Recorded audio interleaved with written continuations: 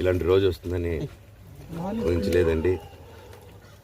నిజంగా మీడియా మిత్రులకి, ముఖ్యంగా ఇద్దరు అన్నలకి నా క్షమాపణలు.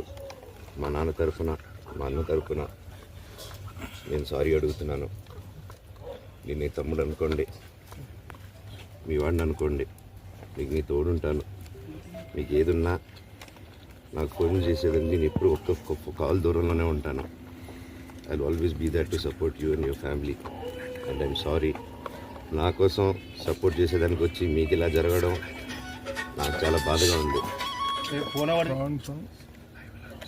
నా భార్య పేరు లాగుతున్నారు, 7 నెలల కూతురు పేరు లాగుతున్నారు. నేనేం అడగలేదు, సొంత కాళ్ళ మీద పనిచేస్తున్నాను.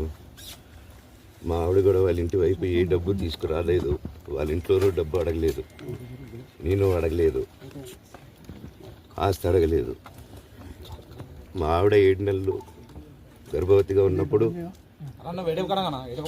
తనకి 7 నెలలు ఉన్నప్పుడు మా అంకుల్ వాళ్ళు ప్రతి ఒక్కరూ 7 నెలలు కాదు 7 నెలలు తను ప్రెగ్నెంట్గా ఉన్నప్పుడు మా అంకులు విజయవాడలో ఉంటారు. అండ్ ఇక్కడ కొంతమంది అంకుళ్ళు నాన్నగారు బాగా క్లోజు. మనోజ్, నువ్వు ఎన్నో సంవత్సరాలు ఇంటికి బయటగా ఉన్నావు, నీ సొంతంగా ఉన్నావు.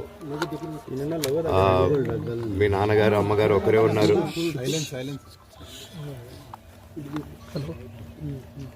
మీ నాన్నగారు అమ్మగారు ఒకరే ఉన్నారు. మీ అన్న ఏమో దుబాయ్కి షిఫ్ట్ అయిపోయాడు ఫ్యామిలీతో.